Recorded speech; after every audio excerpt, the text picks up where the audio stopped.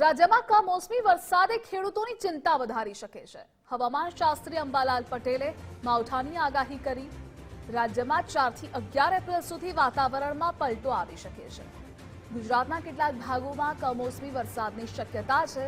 દક્ષિણ ગુજરાત, સૌરાષ્ટ્ર, પૂર્વ ગુજરાતના ભાગોમાં ગાજવીજ સાથે વરસાદ પડી શકે છે। તો 10 થી 13 એપ્રિલમાં ભારે પવન ફૂંકાવાની શક્યતા છે। 14 એપ્રિલથી બંગાળના ઉપસાગરમાં વાવાઝોડાની સિસ્ટમ તૈયાર થશે, ત્યારે 4 જૂન સુધીમાં રોહિણી નક્ષત્રનો વરસાદ કેટલાક ભાગોમાં થવાની શક્યતાઓ છે। અને આ મુદ્દે આપણી સાથે સંવાદદાતા નિકુંજ જોડાયેલા છે। નિકુંજ, રાજ્યમાં કમોસમી વરસાદે ખેડૂતોની ચિંતા વધારી શકે છે, કારણ કે માવઠાની આગાહી કરવામાં આવી છે।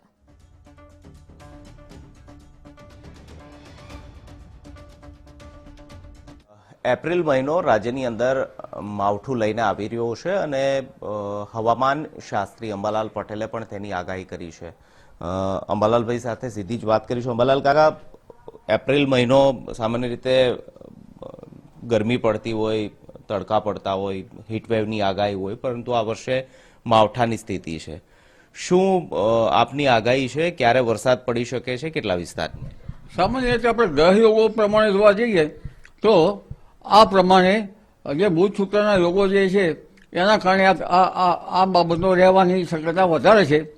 પરંતુ હવામાનની પુષ્ટિ બાદ આગળ જોઈએ તો 4 તારીખથી 11 તારીખ વચ્ચે પણ હવામાનમાં મોટા પલટાવ છે અને તારીખ 10 એપ્રિલ સુધીમાં ગરમી પડશે। મધ્ય ગુજરાતના ભાગોમાં મહત્તમ તાપમાન 40 થી 43 ડિગ્રી સેલ્સિયસ ઉપર જવાની શક્યતા છે। દક્ષિણ ગુજરાતમાં પણ 40 ડિગ્રી સેલ્સિયસ ઉપર જવાની શક્યતા રહેશે। દક્ષિણ સૌરાષ્ટ્રમાં પણ 41 ડિગ્રી સેલ્સિયસ આસપાસ રહેવાની શક્યતા રહેશે। પશ્ચિમ સૌરાષ્ટ્રમાં 33 ડિગ્રી સેલ્સિયસ આસપાસ રહેવાની શક્યતા રહેશે। આ ઉપરાંત ઉત્તર ગુજરાત, પૂર્વ ગુજરાત, કચ્છના ભાગોમાં પણ 41 થી 42 ડિગ્રી સેલ્સિયસ જેવું મહત્તમ ઉષ્ણતામાન જવાની શક્યતા રહેશે। પરંતુ તારીખ 13 એપ્રિલ સુધીમાં તો ગરમી સાથે સાથે ઘણા હવામાનમાં પલટાવ છે અને કેટલાક ભાગમાં ગાજવીજ સાથે વરસાદ થવાની શક્યતા રહેશે।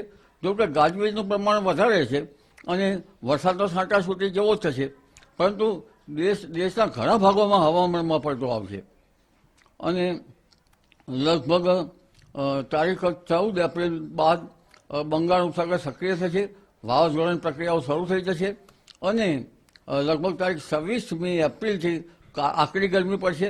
મહત્તમ ઉષ્ણતામાન 45 ડિગ્રી સેલ્સિયસથી વધારે જવાની શક્યતા રહેશે। આ વખતે પણ બંગાળ ઉપસાગર વધારે સક્રિય થશે અને વાવાઝોડાની પ્રક્રિયા વધુ થવાની શક્યતા રહેશે।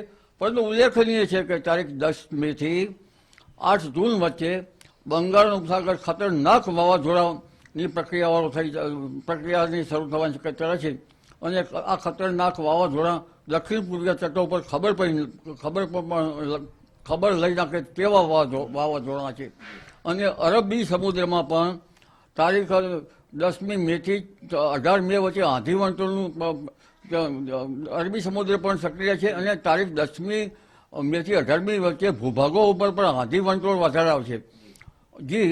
અને આગળ જોવા જઈએ તો આરબ કંટ્રીની કાળી આંધી પણ ચડી આવશે। અચ્છા, આ એપ્રિલ મહિનામાં જે કમોસમી વરસાદની આપણે વાત કરી, કયા વિસ્તારમાં આ કમોસમી વરસાદ થઈ શકે અને કેટલો થઈ શકે છે? લગભગ બંગાળ ઉપસાગરની સક્રિયતાના કારણે, અરબ સાગરની સક્રિયતાના કારણે આ કમોસમી વરસાદ થવાની શક્યતા રહેશે।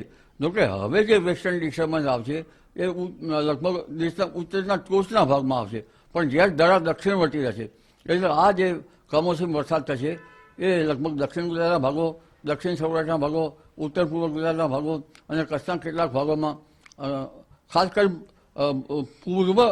પૂર્વીય ભાગોમાં દેશના વધારે આ અસર રહેશે। એટલે આ અસરમાં આંધી વંટોળનું પ્રમાણ વધારે છે, ગાજવીજનું પ્રમાણ વધારે છે, પણ વરસાદનું પ્રમાણ તો છાંટાછૂટી જેવું જ રહેવાની શક્યતા રહે છે જી। અચ્છા, ગ્રહોના નક્ષત્ર પ્રમાણે અને હવામાનની આગાહી પ્રમાણે શું એવું કારણ થયું છે કે ઉનાળાની અંદર પણ આ પ્રકારનું ચોમાસા જેવું વાતાવરણ જે છે તે સર્જાયું હોય? આ વખતે ગ્રહો જે છે એ લગભગ બુધ અને શુક્ર નજીકના ગ્રહો છે અને જેના કારણે આ આખો માસ લગભગ એપ્રિલનો આ પવનના તોફાનો, આંધી, વંટોળ અને કમોસમી વરસાદ ક્યાંક ક્યાંક થવાની શક્યતા રહેશે। હજુ તો 19 એપ્રિલ પછી પણ ગરમીની સાથે સાથે હવામાનમાં પડતો આવશે. એટલે એપ્રિલ માસમાં ગરમીને વેગ મળશે, આંધી વંટોળને પણ વેગ મળશે અને ત્યારબાદ તો લગભગ બંગાળ ઉપસાગર વધારે સક્રિય થશે. 14મી એપ્રિલથી બંગાળ ઉપસાગર સક્રિય થવાની શક્યતા રહેશે, પરંતુ 26મી એપ્રિલથી આકરી ગરમી પડવાની શક્યતા સાથે લગભગ ઘણા ભાગમાં દેશના મહત્તમ તાપમાન 45 ડિગ્રી સેલ્સિયસ થશે. આ વખતે બંગાળ ઉપસાગર વધારે સક્રિય થશે અને 10 મેથી 18 મે વચ્ચે આરબ કન્ટ્રીની કાળી આંધી કરી આવશે અને કાચા મકાનના સાપડા ઉડી જાય તેવો વંટોળ આંધીનું પ્રમાણ ગુજરાતના ભૂભાગો પર રહેવાની શક્યતા રહેશે. અને તારીખ 10 મેથી 8 જૂન વચ્ચે બંગાળ ઉપસાગરમાં ખતરનાક વાવાઝોડા થશે અને લગભગ 18 મેથી 25 મે વચ્ચે આંદામાન નિકોબાર ટાપુ પર ચોમાસું બેસી જવાની શક્યતા રહેશે. 10 મેથી લગભગ 8 જૂન વચ્ચે અરબ સાગરમાં પણ એક ચક્રવાત બનવાની શક્યતા રહેશે, પણ 10 મેથી આકરી ગરમી પડશે આંધી વંટોળ સાથે. કોઈ ભાગમાં 45 થી 46 ડિગ્રી જેટલું મહત્તમ ઉષ્ણતામાન થઈ શકે છે. જી, તો ધ્રુવિશા, એપ્રિલ મહિનો જે છે તે વરસાદ સાથેનો હશે, એટલે કે એપ્રિલમાં કોઈ ફોન કરીને આપને એવું કહે કે અમારા વિસ્તારની અંદર ધોધમાર વરસાદ પડે છે, તો તે એપ્રિલ ફૂલ બનાવે છે એવું ન માનવું. સાચે વરસાદ પડી શકે છે, કારણ કે હવામાન વિભાગ અને અંબાલાલ પટેલ બંને કહી રહ્યા છે કે એપ્રિલ મહિનાની અંદર આંધી વંટોળ સાથે રાજ્યના ઘણા બધા એવા ભાગો છે જેની અંદર આ કમોસમી વરસાદ થઈ શકે છે. ધ્રુવિશા, જી નિકુંજ, જોડાવા બદલ આભાર આપનો.